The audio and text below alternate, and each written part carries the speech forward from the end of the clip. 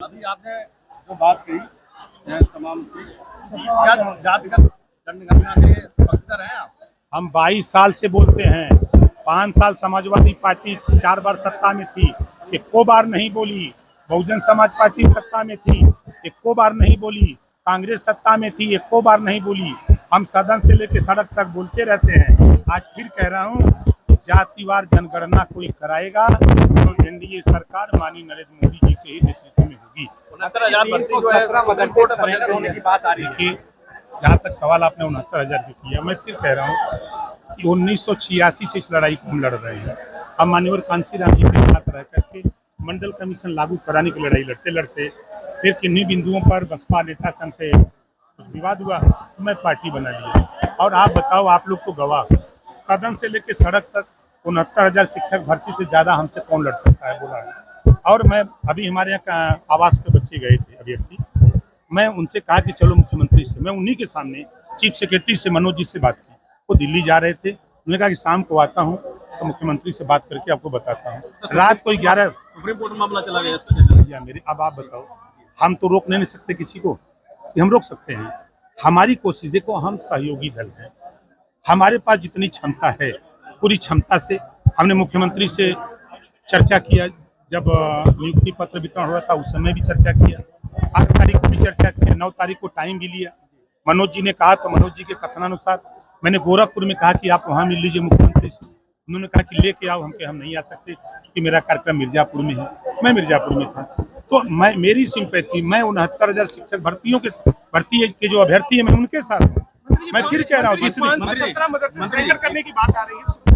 देखिए, सही बात तो कोई बता नहीं रहा है। ब्लैकमेल करने के बाद, देखिए, एक स्कीम 2016 में देश के केंद्र सरकार ने लागू किया कि 60% धन हम देंगे और 40% धन राज्य सरकार देगी, और मदरसों में हम अंग्रेजी, साइंस और मैथ पढ़ाएंगे।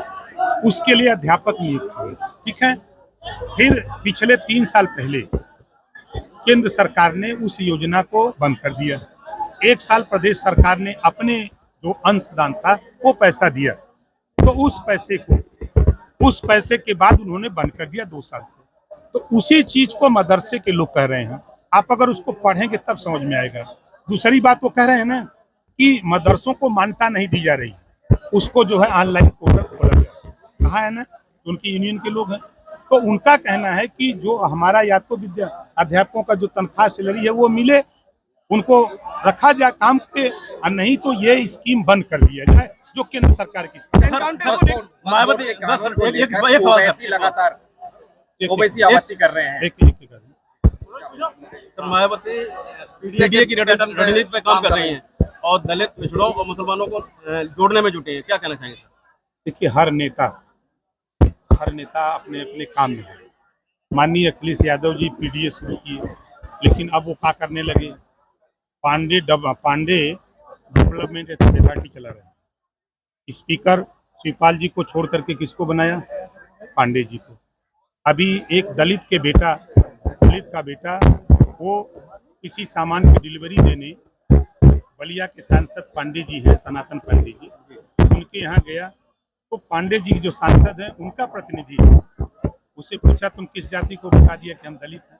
उसको इतना बुरी तरह मारा, FIR भी नगरा थाने में आज तक नहीं हो पाया।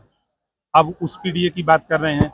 अब मायावती जी जब 4 बार सत्ता में थी तब तो पीडीए नहीं दिखाई दिया, तब तो उनको सिर्फ अम्बेडकर ग्राम विकास योजना के नाम पर 14 स्कीमें चलती थी और सिर्फ दलित बस्ती में चली।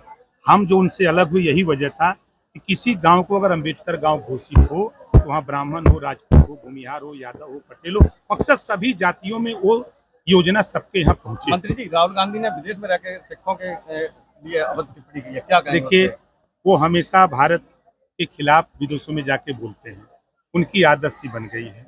और जो भाषा वो बोल रहे हैं वो हमारे हिसाब से उस भाषा को हम पसंद नहीं करते। और जो भारत में रह के भाषा बोलते हैं, आप बताइए, बोलते हैं ना कि पिछड़ों को हिस्सेदारी नहीं मिली, बोलते हैं ना। 60 साल किसकी सरकार थी देश और प्रदेश में? उन्हीं की सरकार थी ना, क्यों नहीं दिया?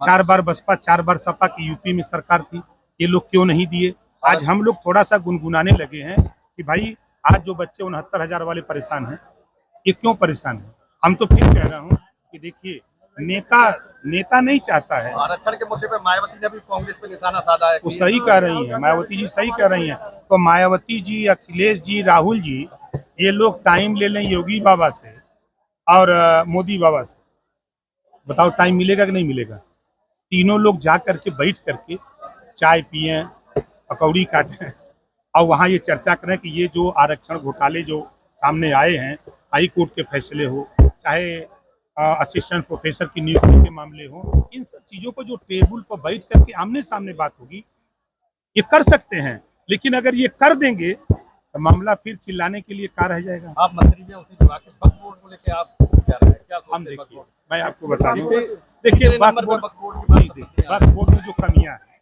आप जानकारी करिए। वक्फ बोर्ड की जो नियमावली है, अगर वो कह दें कि ये रिसोर्ट हमारा है, वक्फ बोर्ड कह दे, तो डीएम के यहाँ जाकर के एप्लीकेशन देकर खाली करा दो, ऐसा नियम है। तो सरकार ये चाहती है कि अगर वो ये कहें कि ये रिसोर्ट हमारा है, अगर वो डीएम के एप्लीकेशन देते हैं तो डीएम उसकी जांच करा दे कि वास्तव में इनका है कि नहीं है, कागज देख लें, तब उसके बाद उस पर कार्रवाई हो। तो ये आखिर कौन सा असीमित अधिकार दिए किसने? कांग्रेस ने दिया? कांग्रेस ने दिया है, ये बीजेपी ने नहीं दिया है। ये कानून कांग्रेस के जमाने का है। हम लोग नहीं कानून, हम तो संशोधन चाहते हैं। इस तरह की बातों में जो चीजें, जो देखिए, आप जैसे किसी क्लास में कोई मुस्लिम टीचर लेक्चर दे रहा हो, नमाज का टाइम हो जाए, अब वो दूध खड़िया खड़ा करेगा या किताब रख देगा और चला जाएगा नमाज में, जबकि इस्लाम में नमाज माफी का है। आप क्लास में पढ़ा रहे हो तो पढ़ाओ, फिर अगली नमाज का